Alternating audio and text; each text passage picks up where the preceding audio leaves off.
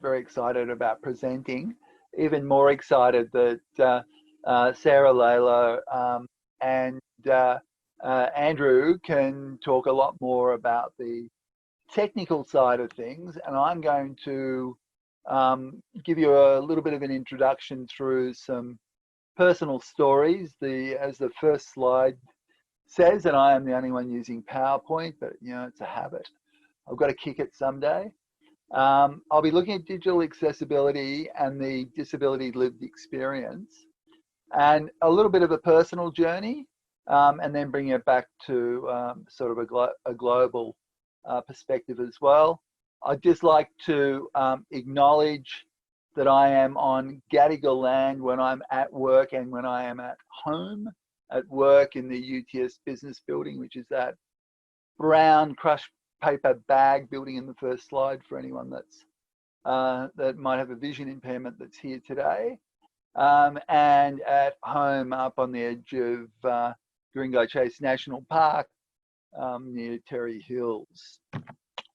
So as a little overview, I'm going to tell a little bit of personal stories, which I don't normally do. I'm a professor in a business school, and I teach things like quantitative research methods for management. I teach cultural subjects around large venues, etc. And I don't necessarily teach about disability, but I am a person with a disability, and we'll find out about that in a moment. I'm going to make a connection between assistive technologies and digital accessibility because I think it's a very important connection and interface. I'll talk a little bit about reasonable adjustment and COVID-19 and what we've been able to achieve over a very short period of time, 8 days for me. And I'll leave you with a global understanding that's all about the UN Convention. So, moving on, 1983, it was a big year for me. Now, I've just given away my age a little bit. All sorts of things going in my life. I was doing a PE science maths degree at the time. I, in the year, was undertaking Royal Life Saving, still water and surf bronze medallions. I was having a great time on my first senior year in with the senior rugby club at Manly, now the Manly Marlins. And giving away my age even more, I was rewiring a new radio cassette player for my 1975 HJ Kingswood. But that all changed in a split second. And through a spinal cord injury, I spent the next 2 years going between being in hospital, and this is one of these group of the guys that won the premiership that year with Manly, came in to, you know, show me the shield while I was going through what was then traction with a spinal cord injury, a practice that they no longer do and have much better practices, but I'm a product of my time as well. After 6 months in hospital, I went to rehabilitation, and I was wondering, what the hell am I going to do with my life? It was a Commonwealth Rehabilitation, acute Commonwealth Rehabilitation at Mount Wilga at Hornsby.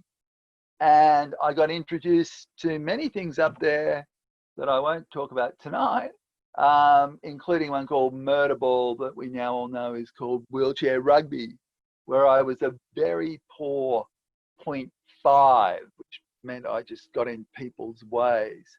But fortuitously, while I was going through rehabilitation, and I'd already through my degree done some basic programming on Apple IIs, and again showing my age, and I've got limited use of my upper arms, and I use a finger splint type and all sorts of things. I was introduced to the Apple Mac came about almost at the same time. So instead of getting an electric typewriter, yes, an electric typewriter, the occupational therapists thought they were right on the contemporary edge. We spent 3 months rewriting what OTs were allowed to buy patients with spinal cord injury. And I got this thing, and it's got a mouse and a graphic interface. And I felt like I had an interface to the world. And we won't go back to modems and all those sorts of things.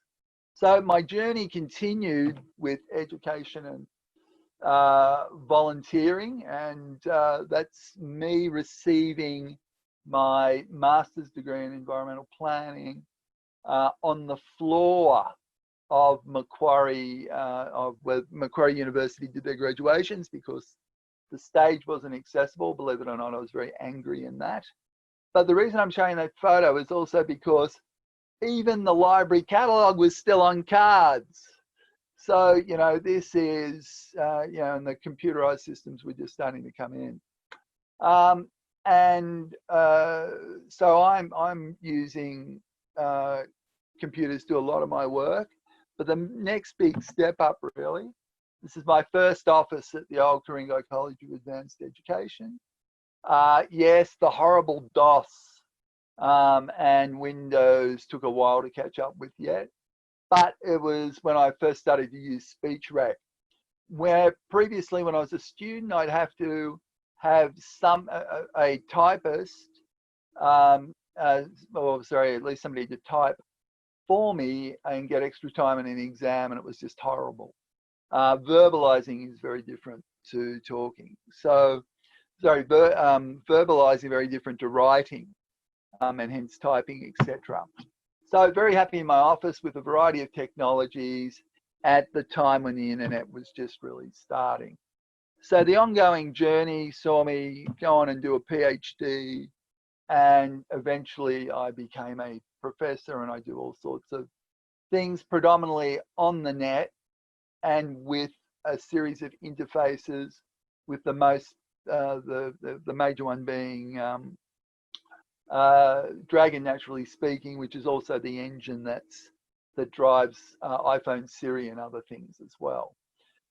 Now, I want to bring us up to this year pretty quickly.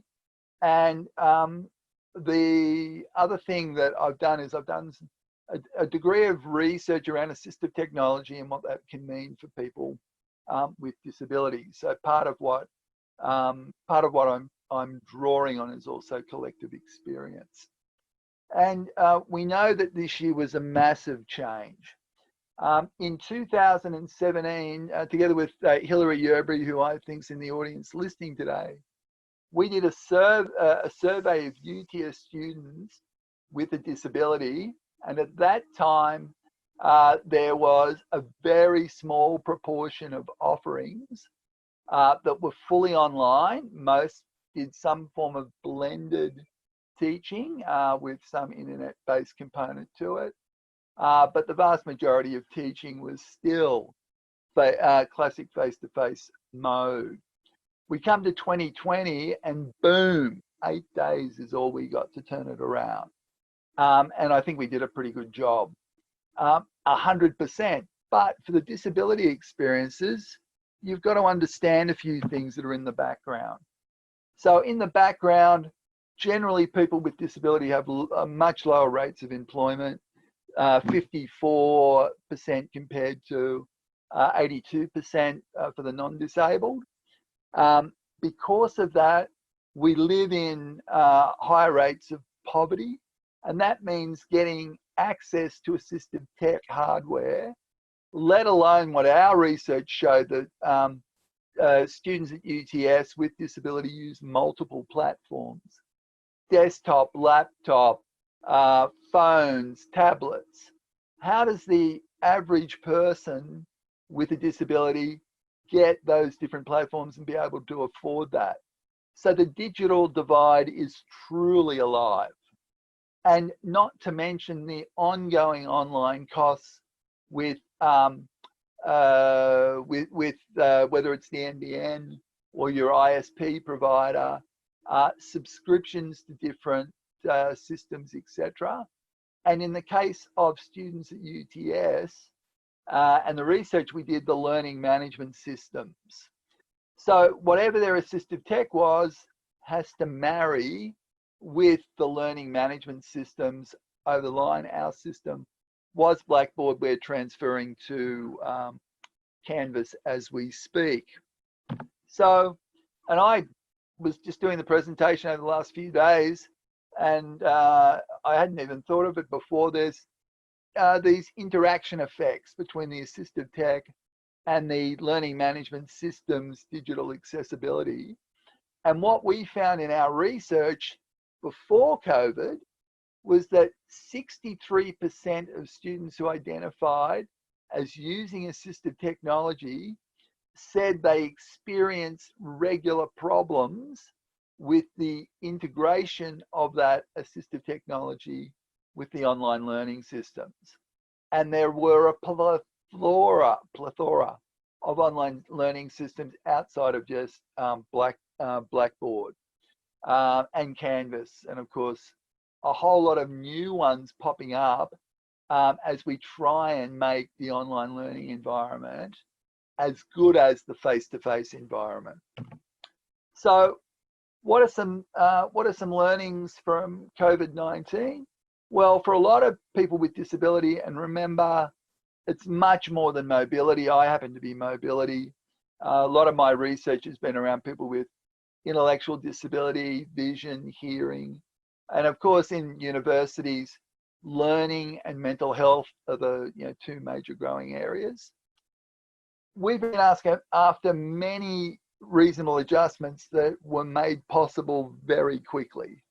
Some of that is working from home, as depending on the sort of disability, somebody may have more energy at the start of the day or at night, or may learn better asynchronously, etc. So what we found over COVID is that digital accessibility is no longer an add-on, it's a core citizenship issue. So as we're going to hear from the following speakers, not to make the digital environment as accessible as possible, and to be even worse, to be ignorant of what it requires to make the environments accessible, is going to absolutely make, one, it's discriminatory, and two, it's going to really disable those learning practices in an educational sense, or those consumer practices, or those employee practices that are all part of the stakeholders for any organization. But the good news is that local solutions, local transformative solutions are global. And if you haven't heard of it, look up the UN Convention on the Right of Persons with Disabilities, where there are 182 signatory nations that have to report back with detailed benchmarks.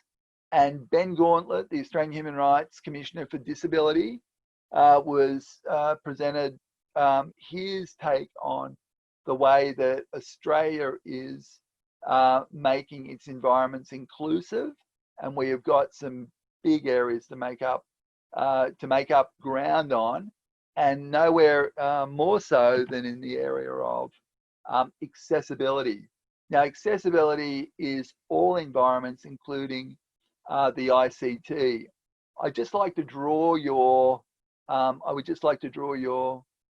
attention to the principles that this is all about respect, not political correctness. It's about not being discriminatory. It's about giving everybody a full and equal chance to have participation and inclusion. It's respect for difference. So diversity is part of humanity. It's about an equality. I like equity, actually, an equality of opportunity. Accessibility is one of the core principles and one of the key articles. And it's, what we also find is that there's a greater divide between people with disability who are women as opposed to men in most environments. So that gender gap is still there. And of course, doing things that make things inclusive and accessible for all those children that are born with disability. About it's a split of about 33% of people are born with their disability, and about 66% acquire their disability over life course. And there's a very strong correlation between aging and disability. So with that introduction, I'm going to pass over to my other presenters tonight to talk more about what constitutes digital accessibility. Thanks a lot.